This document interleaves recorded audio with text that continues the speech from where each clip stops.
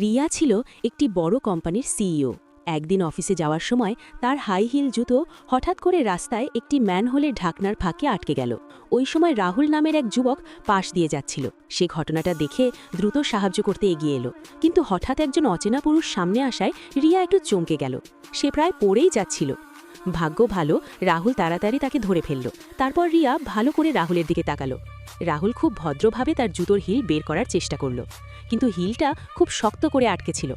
শেষমেশ রাহুল একটু জোরে টান দিল। দামি হাই হিল জুতোর হিল ভেঙে গেল। প্রায় ৮০,০০০ টাকার জুতো এক মুহূর্তেই ফ্ল্যাট জুতোর মতো হয়ে গেল।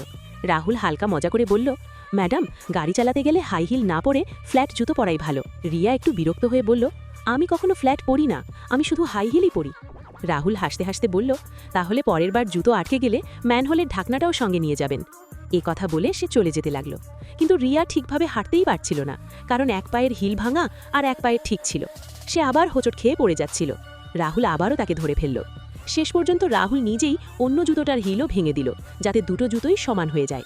কয়েক মিনিটের মধ্যেই দামি হাই হিল জুতো একেবারে ফ্ল্যাট হয়ে গেল। রিয়া খুব অবাক হয়ে গেল। সে কিছু বুঝে ওঠার আগেই রাহুল চলে গেল। এরপর রাহুল আর তার বন্ধু আরিফ একটি অটো স্টোরে ইন্টারভিউ দিতে গেল।